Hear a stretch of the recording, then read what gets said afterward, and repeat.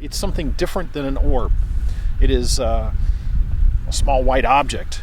It could be an orb, but there seems to be activity here. Now, people have been trying to figure out for years and years and years. I mean, it's been going on since, I was a little kid. I saw books about UFOs and they couldn't figure out what it was. I did several years of kind of research in the background, and what I figured out is these sightings are locating in specific areas around the country. So I figured, well, the formation of any kind of a hypothesis is you can predict behavior. I just kind of looked at where the hot spots were and kind of where the activity was happening, and went there and got a drone and just went out and started recording.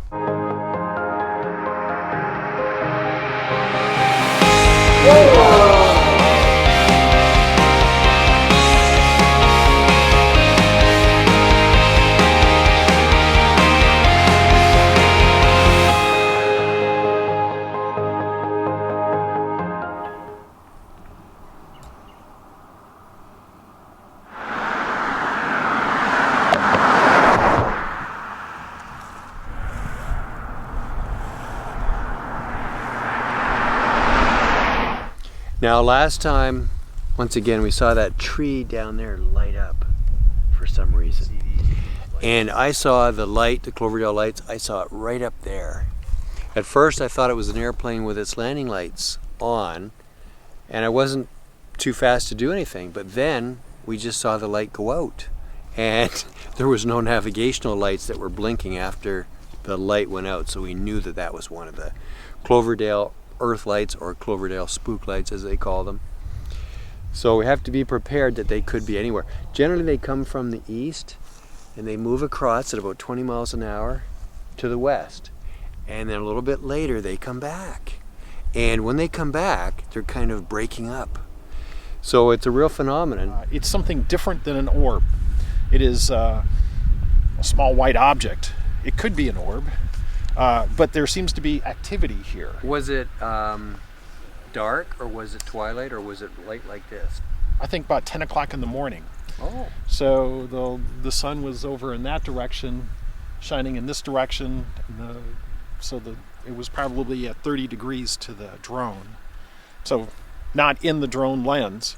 And then the light was coming across this way. So, we've met with these folks over here, this guy back here. I think I've talked to this guy. Larry, yeah. Yeah. So they've been noticing activity, but if it's very transient, like the object I photographed going this way, I mean, you'd blink and miss it, right? So you've got to be there. It's just a matter of luck of the draw. that you get it. Yeah.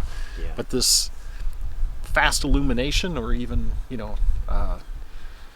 it could be as simple as car lights, but if there's no cars in the area, then well, there's people something thought else. that the tree lighting up was car lights, yet if you look through my video there's no streaks right in the minute or two before or after, because each frame is 30 seconds, right, and if a car goes by it's going to paint a line on the in the frame, right? Yeah. So people have said all kinds of stuff already.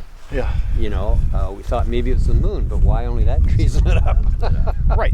No, it couldn't have been the moon. I looked at it because it's very singular. It was very particular, and I looked at the whole area, and it was very pinpoint on what it was.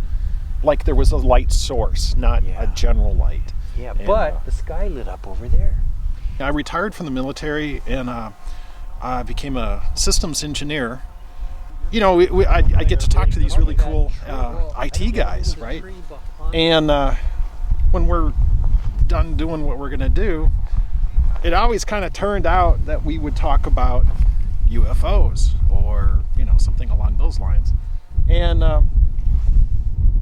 the thing is what I do as an engineer is solve problems. And it's not a matter of you get 60% of it right. I mean, it has to be 100% right, and it either works or it doesn't. And the idea that there's a mystery out there that doesn't have an answer, that people have been trying to figure out for years and years and years. I mean, it's been going on since I was a little kid. I saw books about UFOs, and they couldn't figure out what it was. Well, you know, I've solved probably some of the world's toughest problems. You know, like I solved, like, you know, when you swipe your credit card, I make that authorization work. You know, we built the backbone for the internet, all this stuff. I was there for the whole thing, and you know, it makes satellite communications work. You know, it's these things aren't insurmountable, and so I figured, well, I retired. I mean, I did pretty well, and I've got time, and I'm still young enough, and I figured I'd take a look at this. I did several years of kind of research in the background, and what I figured out is these sightings are locating in specific areas around the country, and it also seems to be associated with areas, certain geographic types, and you know, so I figured, well, the formation of any kind of a hypothesis is you can predict behavior. And when I looked at what MUFON was doing, they're always interviewing after the fact. And what I wanted to do was to be there before it and record it. So I just kind of looked at where the hot spots were and kind of where the activity was happening, and went there and got a drone and just went out and started recording. And you know, this is probably the closest site that I have to where I live. So I kind of made it a point to come out here quite often and just fly and record. And I started getting some anomalous stuff, fast-moving objects, and originally I thought it was just located here. Well, then I started going to some of these other basically sacred sites and flying, and I got very much the same kind of activity. So I did some tests. I mean, I flew around my house. I found stuff there too. So it seems to be not just here or just in sacred sites. It's everywhere. But you kind of have to be in the right place at the right time to find it. So anybody can be an investigator. And it turns out you're equipped with your cell phone.